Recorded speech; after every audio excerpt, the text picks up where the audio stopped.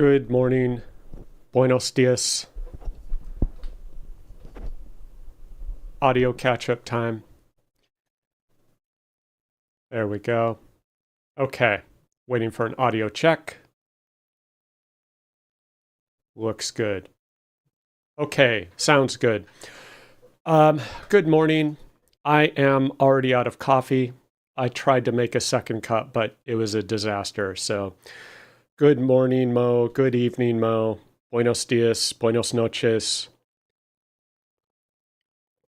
I am stuck with water, and that is sad. So, uh, I also have my daughter's latest cold. Yes, it is.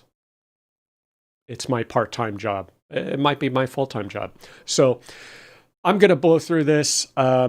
My apologies, but I am just trying to stay vertical here and make it through this. So, um, ask questions. What are you working on? What interesting project are you learning about, working on? What Business Central feature are you learning about? What project are you working on? What customization, interesting customization have you done? I don't think we talk about this enough, right? Like I occasionally hear stories of stuff, but it's like I don't know if people think it's mundane. I don't know if they just don't think it's worth sharing. But like, what blogs have you read other than Yoon Chu's prolific blog? He does like 4 a day. What's interesting? I'm kind of curious. Like, what are people building? I do see some stuff that's like super obscure, and I barely understand what they're working on. But any general projects that are interesting, I'm curious to hear. So this is, I've been sick, was sick yesterday, so I ended up watching this on Amazon Prime, and for some reason I enjoyed it. It's Kevin Bacon, which Kevin Bacon is awesome. You know, it's like he's an actor I grew up with. Apparently he is 66 years old or something like that, which, God, it makes me feel old, but it's this kind of funny, tongue-in-cheek TV show. It's totally silly. It's absurd, but I love it, and it's great seeing him again. I haven't watched a movie that I can recall of his or a show of his in a long time, so it's really, really cool to see him. So, The Bondsman on Amazon Prime, if you're looking for some just, low thought process entertainment. One moment. El fin de semana, last weekend. I think I was pretty wiped out last weekend for something. I think my family had headaches. We were fighting something at that time. But I finally did grill maintenance after having a few grill fires from not having cleaned it. I finally opened it up to clean it, and I discovered this. And yeah, I think this grill is 7 years old, something like that. And so these are called the Weber flavor bars. They were shot. So I ordered new ones. eBay, Amazon, I can't remember, but they were like less than $30 versus $160 for the Weber brand. Fantastic stainless steel, like pretty amazing what you can buy these days. And pop those bad boys in, clean the grill, and it was ready for some veggie grilling on Sunday. So that worked out well. And then I watched some Malcolm in the Middle. I have been challenged by the folks in Berlin, El Salvador, ERP Center of Excellence. I've challenged them to watch The Matrix because most of them have not watched The Matrix at all, which is a crime, as you will agree. And they have challenged me to watch Malcolm in the Middle because apparently it was a TV series that they watched growing up in El Salvador. And I also watched, was this a movie or a TV show? I can't remember. It's on Netflix called The Residents. And it's actually quite interesting because it talks about it's fictional, but it's the portrayal of the White House staff that has to run the residence. And I'm sure it's not a stretch, their portrayal of the absolutely absurd things the residential staff have to deal with, but very interesting look, and it's all couched in this drama, very much like a Clue murder mystery episode. If you watched Knives Out on Amazon Prime or Glass Onion, I believe it is called, those two, it's very much in that vein of murder mystery, but pretty good series. And really great actors in The Residents. This woman, Uzo Aduba, I know her from Orange is the New Black on Netflix, and she is phenomenal in this role. She just owns the room and very commanding, assertive presence. Really impressive how she plays that role. Really good job. And also all the supporting actors. And then Giancarlo Esposito, I know him from Breaking Bad, so that was great. And then lastly, Isaiah Whitlock Jr. I remember him from The Wire. He was just hilarious playing, I think it was like a city councilman or something in The Wire. So really great cast in that series. Anyway, moving on. Weekly projects, Proyectos Semanales. The Enjoying Life, it's been kind of a rough, busy week, so tried to do what little I could, but we finally figured out the Cosmo Alpaca setup issue we had, and it actually, so we were getting a permission issue when Cosmo Alpaca tried to authenticate. It turned out to be a VS Code issue. Man, I don't know if I have a slide on it, but somehow VS Code is retaining a Microsoft login setting. So if you ever log in to any Microsoft service in VS Code, it locks into that even if you try to log out from your VS Code profile in the bottom left. And it prevents Cosmo Alpaca extension from logging into the correct tenant. So my developer figured that out. He's like, why is it telling us it's logging into this tenant even though the email address is for a completely different tenant? So you have to rename the VS Code settings profile under user profile in Windows, and then basically it wipes out the settings, and then you can log in. It took us 2 or 3 hours to figure that out. More BC report layouts. BC admin dashboard. I don't have a screenshot, but we're working on that. And GP versus BC week, the common theme, and then Key Vault in Power Automate. So basically continuations of last week. On Monday, I worked on my presentation for Directions NA, which is I fly there on Sunday morning to start with the Continia Partner Day. But I worked on my session avoiding a $1 million lawsuit, aim for a higher standard of project management. And this is where my colleague Tanya Henderson, and a friend Mark Rhodes will be talking about the situations that can result in customer conflicts or lawsuits. I will share some details from a lawsuit and arbitration that did occur, and then my colleague Tanya will talk about how can we avoid some of these risks. And it's pretty scary. So that's what we're going to talk about there in that session. And related to that, one of the elements which Mark is going to talk about is the risk factors that lead up to a project that gets you into trouble, leads to customer dissatisfaction. And, I know there's degrees of interpretation there, but ultimately can result in legal action. And the questions you might want to ask yourself are, can you decline a sales opportunity? And you might ask, why would you do that? Because you don't have the skill set to fulfill that. The customer is making requests that are unrealistic. It's producing risk factors that are too high for you to accept. And you need to be able to decline. Otherwise, if you are always accepting opportunities, you are increasing risk that you may not be able to take on. And that you may see this when you have a dedicated sales team that is incentivized to close deals. And they don't care what happens on the back end because that occurs in 3 months by the time they have had their commission check. So, can you decline to prepare a proposal? Great, thank you for these pre-sales calls, prospect, but we do not focus on this. We do not work on projects like this. We do not have the skill or staff to do that. And say, sorry, thank you, maybe here's someone else who might be able to help you. Yes, and thank you, Brad. If you follow Brad Prendergast on Twitter, you will have seen a quote that he posted there this week. And deciding what not to do is as important as deciding what to do.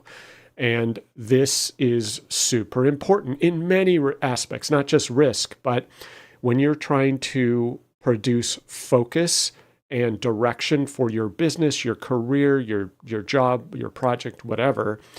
If you are pursuing 100 things, you will accomplish nothing. You have to say no to 98% of those things so you can focus on the remaining percent. So yes, you have to say no to these things. So we've been on a call with a customer recently who said, oh yeah, we have hybrid BC. And we said, what does that mean? And they said, we don't know. We think it means we run on-prem, but our partner said something about cloud. We said, nope, we do not touch BC on-prem. We don't care. We don't care if it's $100,000. We don't care if it's $500,000. We do not touch BC on-prem or NAV. It's just not what we do. Just as we don't do NetSuite and we don't repair classic Mercedes-Benz. Like, it's not our job. It's not what we do. So we are happy to decline those. Can your team vote to decline a project? If the sales team is raring to sell this project for F&O and the CEO sees a $300,000 to $500,000 opportunity for this project, they want the money, but you don't have the staff to fulfill. Can your team say, boss, this is crazy? No, it's not going to happen. If they cannot talk you off that ledge, you might be in trouble. Do your incentives allow you to choose to reduce risk? Or are all of your incentives so front-loaded on the sales cycle that you are just begging to get into trouble by signing or having a customer signing an engagement letter or a contract that you cannot fulfill? And finally, can you fire a customer? If a customer is problematic, if a customer is making demands that are unreasonable, if a customer is not competent to participate in the project that you have agreed to, can you fire them? Can you decline to continue on the project? If you cannot do that, if your organizational structure will not allow you to fire a customer and quit a project midstream, you might have some risk factors, right?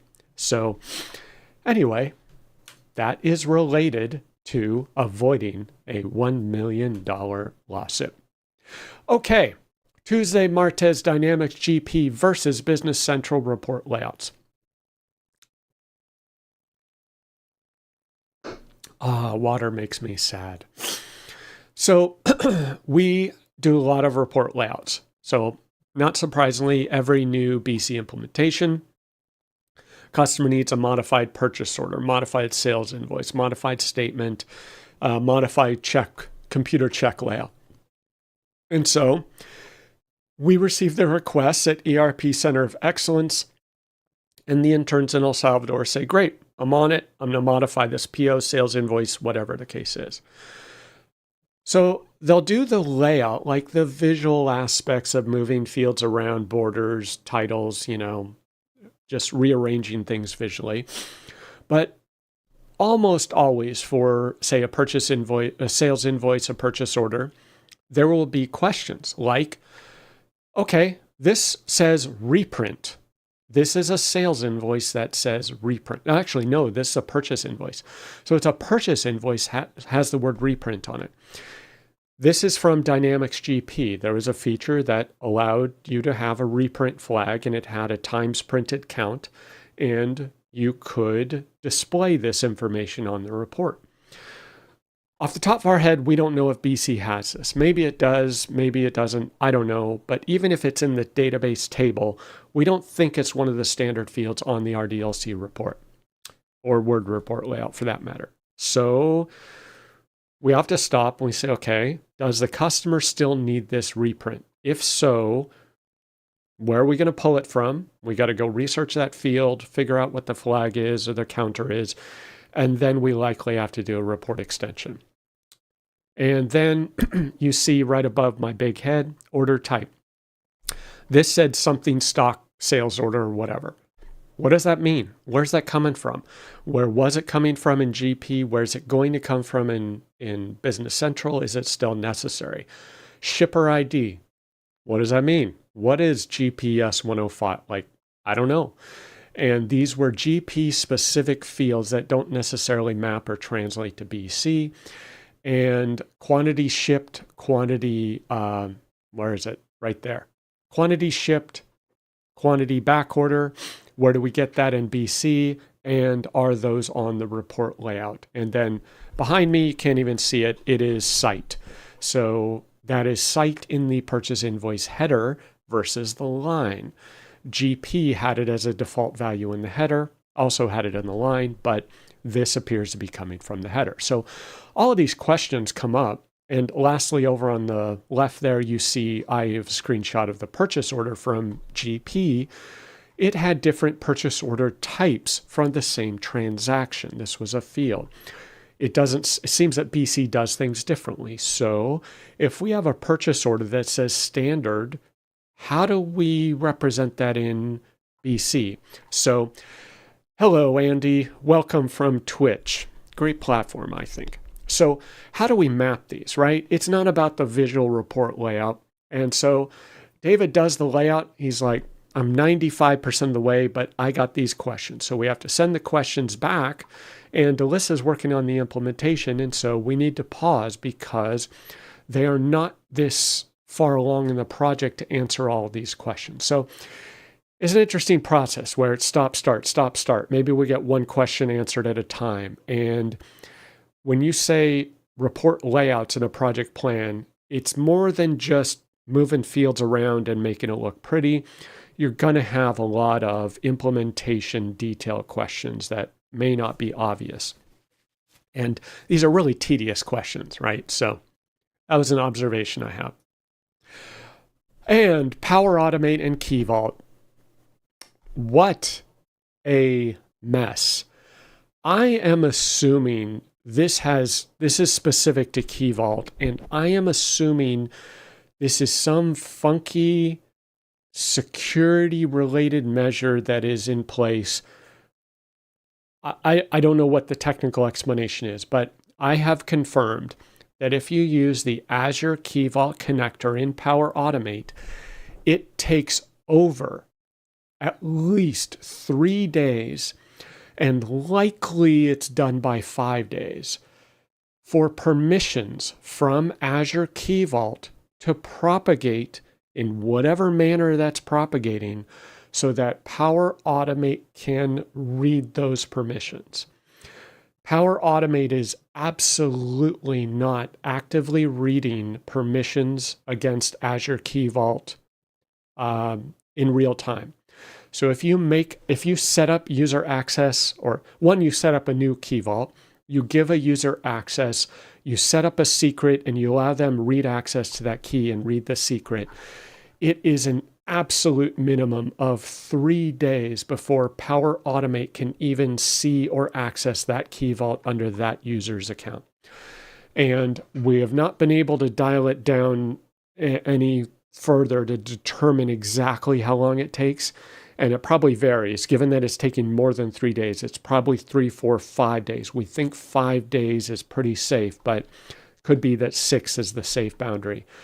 What a nightmare. So we're having to write documentation for our customer to say, well, go and set this up and then come back in 5 days and see if it works. Like, I don't even know what to say about that. It's like the Pony Express of Microsoft Azure. It's crazy. So heads up, we have to use it. we have no choice. We cannot put API secrets in a Power Automate flow. Like, anyone should fire me if I did that, and I would fire any consultant who did that. It's absolutely negligent. So we are trying to do the right thing. We are trying to use Key Vault to store our secrets and not have any secrets in Power Automate. But holy cow, folks, what an absolute nightmare. New Age authentication. This was fascinating. So I have previously resisted using passkeys because my very limited understanding, I know nothing about them or how they work. My very limited understanding was that the initial implementation was via browser. So if on my desktop I accepted a passkey for authentication and set that up, it would be tied to that browser on that desktop. And I'm like, no way, that's crazy. I've got 2 desktops, I've got a laptop, I've got a phone, I've got an iPad. It's like, no way.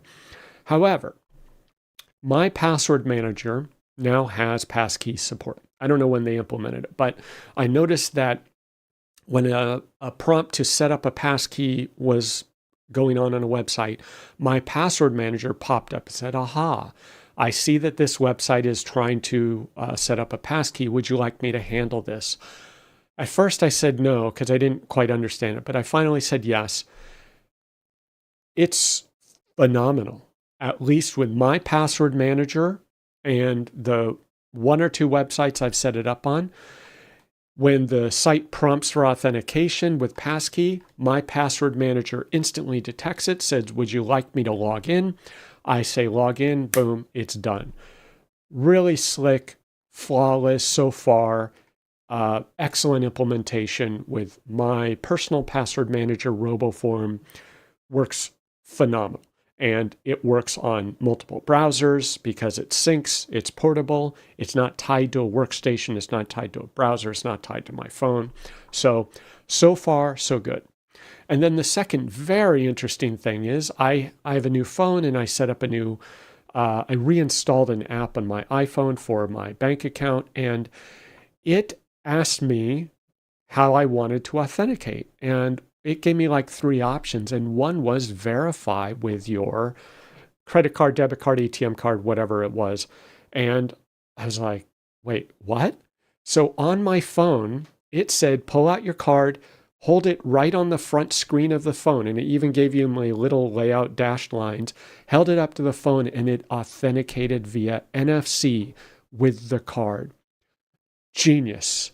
I've never seen that before. Like, it may be common, but I don't set up too many bank accounts on my phone, but absolute genius. Worked great. No 2FA codes via SMS or, funky authentication. And then once I authenticated with NFC, it let me turn on Face ID. So really clever. I mean, I'm very hopeful of these 2 things. Passkey seems like a great option, but only if customers have a password manager. Like, I would not want my wife using passkey because she doesn't use a password manager, and it would just be a mess trying to get that to work. But for those with a good password manager, passkey looks good, and NFC off, awesome idea. Okay, Wednesday, miércoles, Dynamics GP customer BC report layouts. I've already mentioned that. David was working on those, sales invoice and purchase orders. So he did work on those. He got them 95% of the way, but now he's got to put them on hold and let them sit until those detailed questions get answered as part of the implementation. And upcoming events next week, hopefully I get over this cold, I fly to Vegas on Sunday and we'll be there April 7th through 9th, doing 2 sessions, avoiding a lawsuit and Business Central Admin API, using that to improve customer service. And not too late to register on that. Color Cloud is April 24th and 25th in Hamburg. Dynamics Con May 13th through 16th in Chicago. And Blue Dragonfly will have a booth there in Chicago. So come visit Tanya and Alyssa and I. And I think I'm presenting there as well. A couple sessions, I don't remember. Yes, I think I'm on an Ask the Experts technical panel, and I am co-presenting with Chris Bolson on App Insights telemetry. Dynamics Minds is in Slovenia a couple weeks later, May 26th through 28th. I was watching a few YouTube videos, as I tend to do, and one of the coolest things that I love seeing are workshops like this. And I believe this is a garage in Germany, and they work on Porsches as part of a track experience program they run, where you can like have a company outing where you drive Porsches around a racetrack. I think that's what they do, but they build and maintain essentially high performance or race cars in their garage. And check that out. They have the rolling workbench with the parts on there. All the tools lay out neatly before they even go work on the car. The floor is spotless, right? It's pristine. The guys work in dress shirts, like if you've seen a Ferrari dealership or a McLaren dealership, they dress like they're in an office. They don't get dirty, basically. And it's really phenomenal to see. And then if you take it up a next level, if you move to the aerospace industry, this is, oh my gosh, Rocket Lab, I believe is their name, out of New Zealand, but they have facilities in Long Beach, California, and maybe another in the United States. And Rocket Lab is a phenomenal startup. They're launching carbon fiber rockets that are battery powered.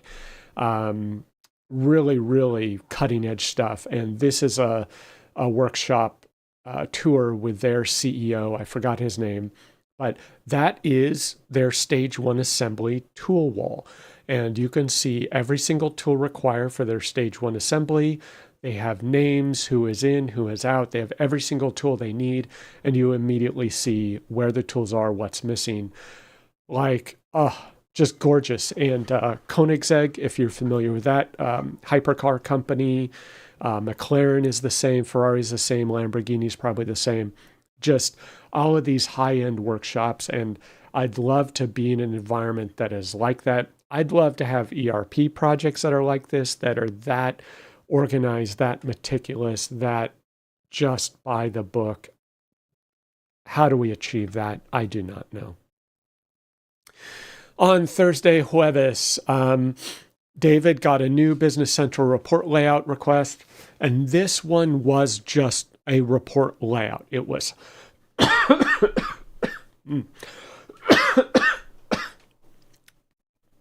one moment. It was remove these 2 fields, hide these fields, add these fields, move everything over. And David was able to do that report layout in like 30 minutes. So that was super cool to see. I've basically been telling them, start to pay attention how long tasks take. How long does a report layout take, a config package, a support ticket?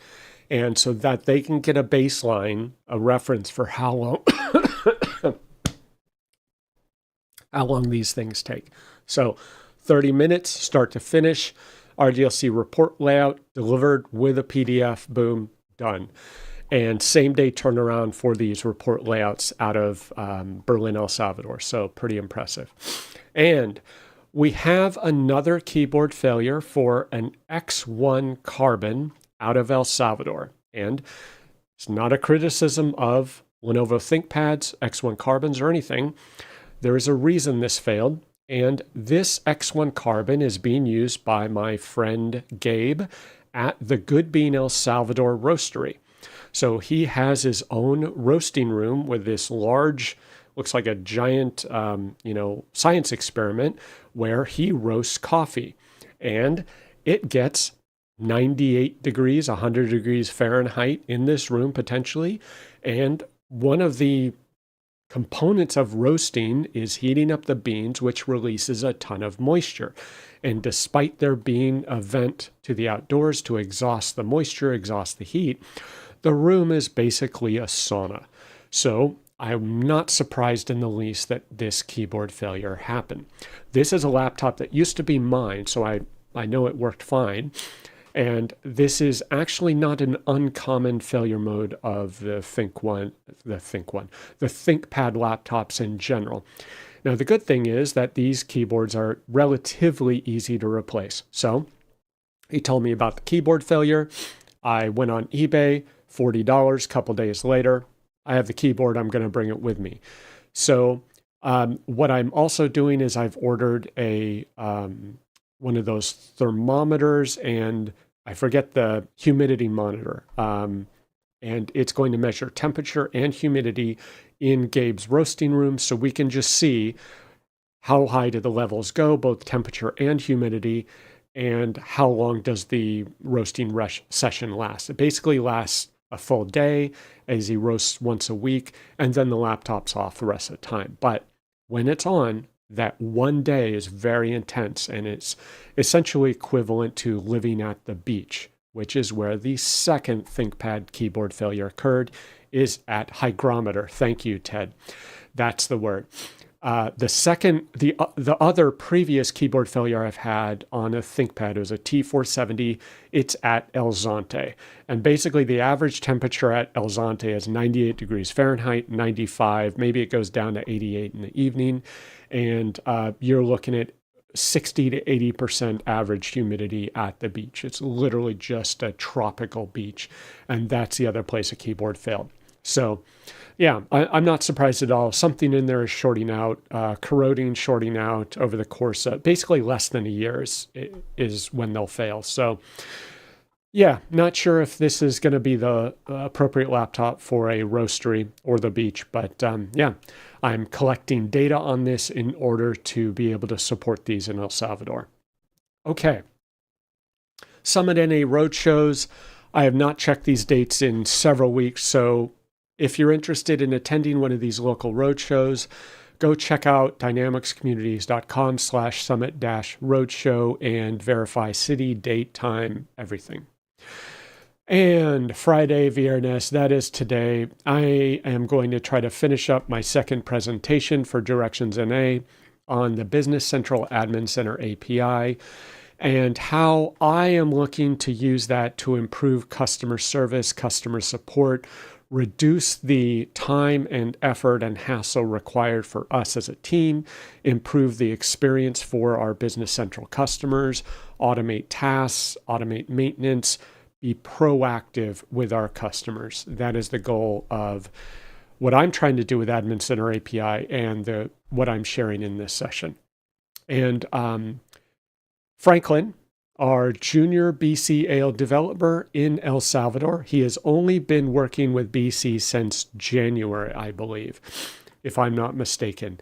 And he is developing a full AL application that I'm calling the BC Admin Dashboard. And it is going to offer all of the BC Admin Center information as a page, like a read-only dashboard in Business Central. So customers can look up their environment status, versions, upgrade date, configuration, just see everything that we can see through Admin Center, or their admin can see through Admin Center, through a page in Business Central. And I don't think there's any security issues there. We can potentially limit what is displayed depending on what might be sensitive, but it's like, what environments do we have? How much storage are we using? When is our upgrade date scheduled? When was this environment upgraded? Because we're starting to see issues. It worked last month, it doesn't work this month. We can pull telemetry through Admin API and say, okay, when was this environment upgraded to this latest version? And it's stuff that would take one of our people who has access to the Admin Center, they'd have to stop what they're doing, log into their partner portal, navigate to that customer, get into Admin Center, poke at the environment, and look at it's just really time consuming, super inefficient. So we're looking to surface all of that information to reduce the time and effort required to provide better support. And then I'm going to rest and recover and deal with this cold and watch some more TV from the sofa because I am wiped out. So with that, yeah, how's it going? What are you working on this weekend and next week? And the Q&A topic is travel coffee setup. I've been putting this off for a long time because I think it is super, I don't know, like annoying, I don't know if you've seen the videos, like my travel coffee setup. And these people travel with coffee setups that are absolutely insane. And so I've resisted this for a long time because I consider it just absolutely absurd. However, when I go to El Salvador, I don't have a coffee mug, a travel mug or whatever. I haven't brought one. It's a hassle to travel with one. I have no room until now. Now that we have a dedicated office there, we have a kitchen, we're setting up a bedroom so that I can just crash there at the office instead of renting a hotel. I will have the ability to have a slightly better upgraded coffee setup. So after reading many reviews, there are travel coffee grinders and hand coffee grinders that are like $800 or something insane.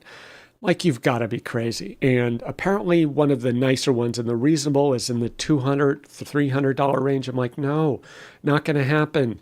It's nuts. I'm not spending that much on a travel grinder. So I compromised and went with this one. This was effectively given the okay and endorsement by Lance Hedrick. This is a kin grinder. I think this is the K6.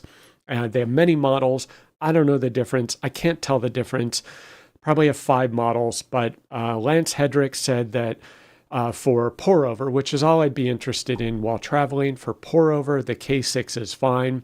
It was on sale on Amazon, normally like $130. It was on sale for $99. Done. I can handle that. So for $99, I bought this K6 and I also bought one as a gift for someone that's helping me out in El Salvador. So that is my new travel grinder.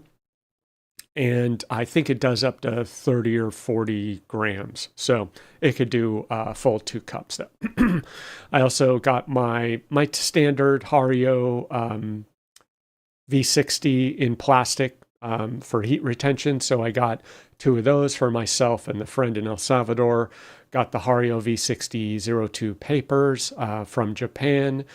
And that's pretty froofy, right? That's like lift your pinky eccentric travel coffee. Now, I'm not going to travel with this. I'm going to leave it there. But yeah, that'll be my setup. And as a backup, Gabe in El Salvador said, why don't you try the AeroPress Go, I think it's called. Now, I had an AeroPress. I checked it. I hadn't used it in years. It is totally degraded. The plastic is, melting and sticky. So I threw it away. And I bought this AeroPress Go. It is a big, chunky, heavy unit. I don't think I'd want to travel with this.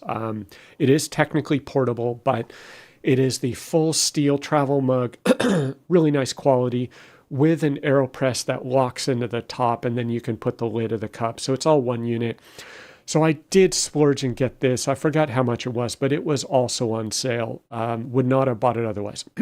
So got the belt and suspenders here. I've got the grinder.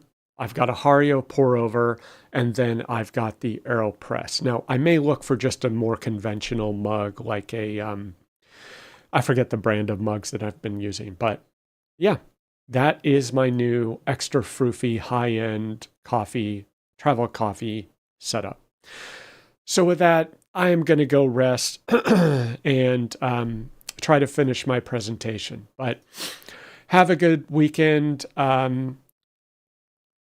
I forgot how to say that in Spanish. Something el fin de semanas. Yes. Okay. Have fun. Enjoy. Have a good weekend. Go learn something. Go do something Business Central. If you're coming to Las Vegas, hopefully I'm feeling better and I will see you there. Okay. Adios.